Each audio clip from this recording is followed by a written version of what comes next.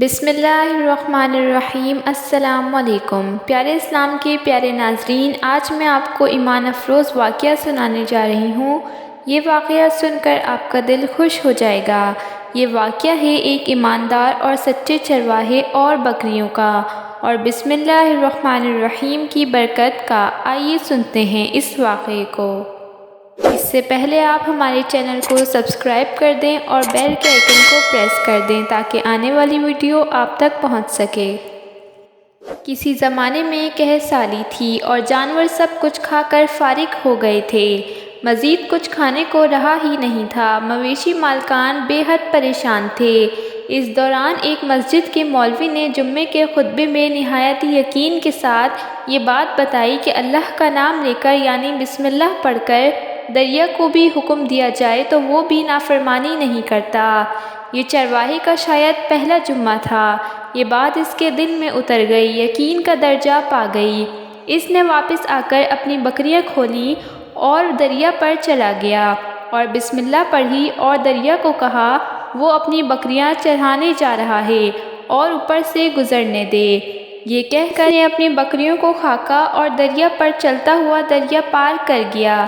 علاقہ گھاس سے بھرا پڑا تھا، درختوں کے پتے بھی سلامت تھے کیونکہ کسی کو یہاں تک آنے کی رسائی نہ تھی۔ اب تو یہ اس کا معمول بن گیا کہ وہ بکریاں پار چھوڑ کر آ جاتا اور شام کو جا کر واپس لے آتا۔ اس کی بکریوں کا وزن دگنا چگنا ہو گیا۔ لوگ چونک گئے اور اس سے پوچھا کہ وہ اپنی بکریوں کو کیا کھلاتا ہے۔ وہ سیدھا سادہ اور صاف دل نوجوان تھا۔ اس نے صاف صاف بات بتا دی کہ جناب ہم تو دریا پار کر کے اپنی بکریاں چراتے ہیں، مگر کسی نے یقین نہیں کیا۔ بات مولوی صاحب تک پہنچ گئی۔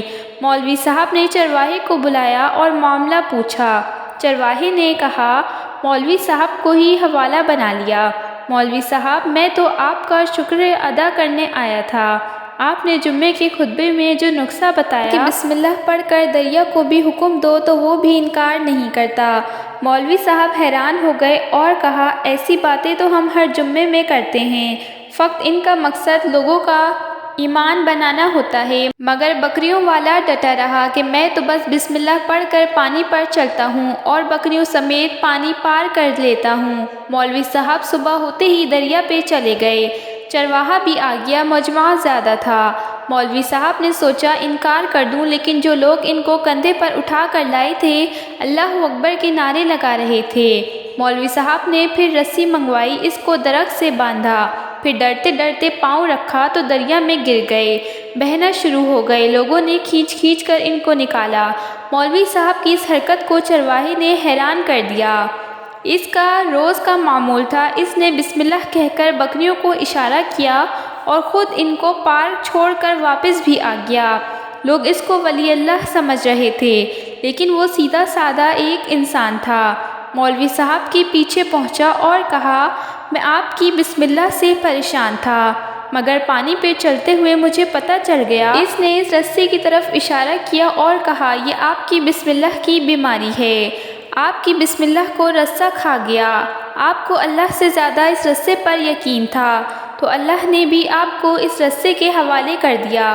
مولوی صاحب آپ بھی کمال کرتے ہو، میں آپ کے منہ سے سنا اور یقین کر لیا، مگر آپ نے اللہ کا کلام سنا اور یقین نہیں کیا۔ محترم عزیز دوستو، یہی ہمارا حال ہے۔ ہماری نمازوں اور دعاؤں کا حال بھی ہماری ہر ایک عبادت یقین سے خالی ہے۔ محترم عزیز دوستو، سوچیے گا ضرور۔